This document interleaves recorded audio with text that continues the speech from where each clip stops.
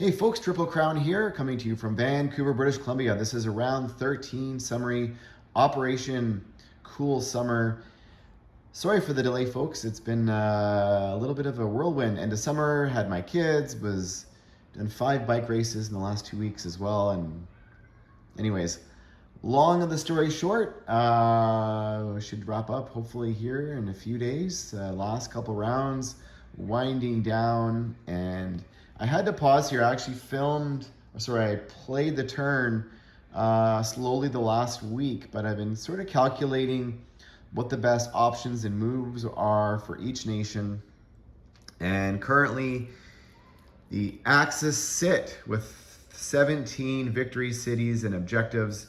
They need 18 to win, and there's currently still 4 more in play. This is currently what's sitting in Cairo, and that's a combined American and British forces, and there's about 35 units there. And currently this is what's sitting in the Middle East. In Syria, the Germans are pressing towards Cairo, and they have about equal the amount of units. So this is gonna come down to likely the final turn. Now, to get into the victory objectives, the Allies have gone more Pacific.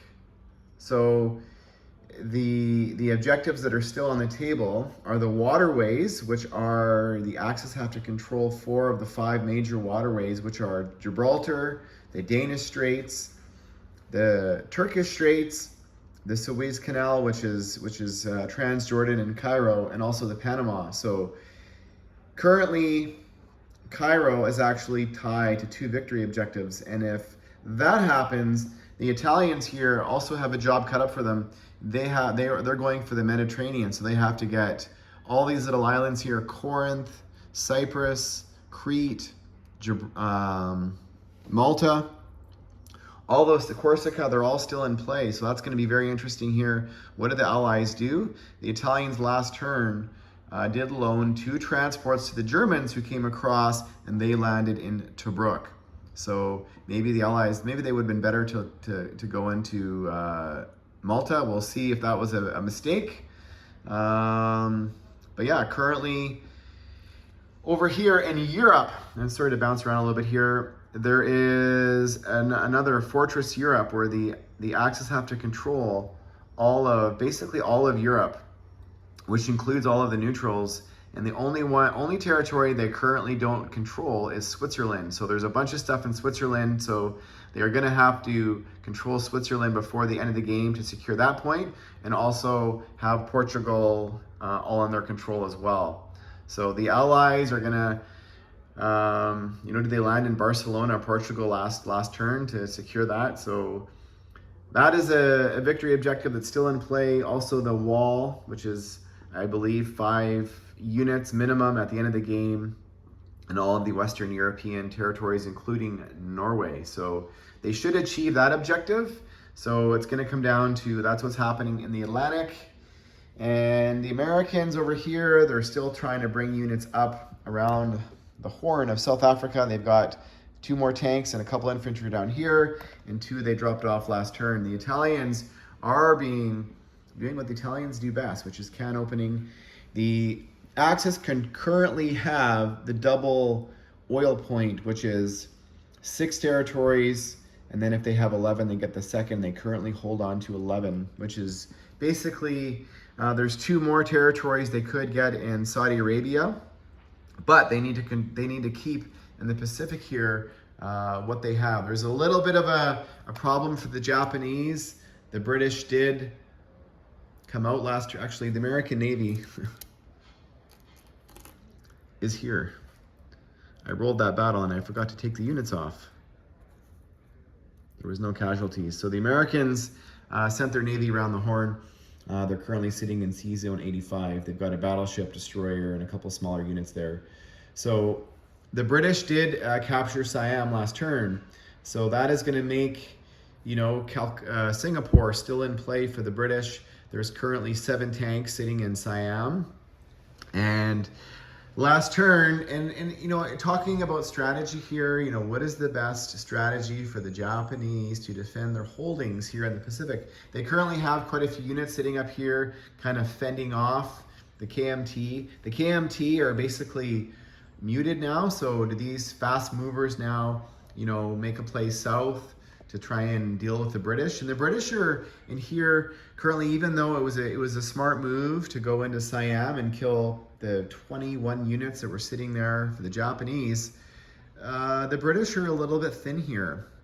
They have to be very careful. They've only got 5 units sitting in Calcutta, and the Japanese could very easily swing around the horn of Singapore here and maybe make a late play for Calcutta that is not very well defended, because the FEC, they're sending units east, they're sending units west into the Middle East, trying to keep the Italians are, and they've also been sending units up here into China. So yes, the Japanese here, and talking about their strategy, all those boats are sitting off the coast of Shanghai,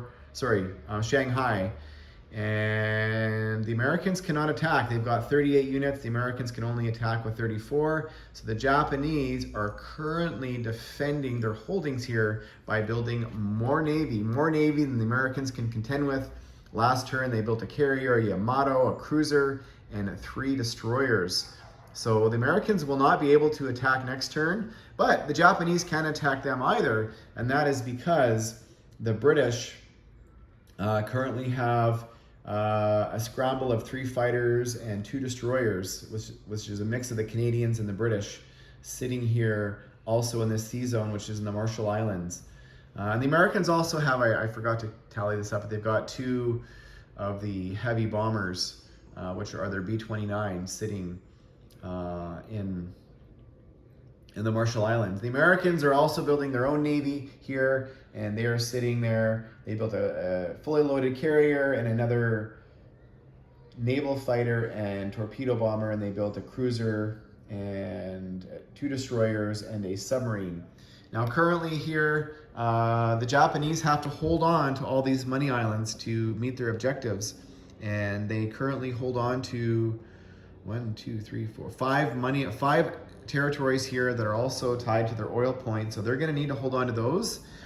And the British here and Anzac, they are now sort of in position here to start of the last couple turns.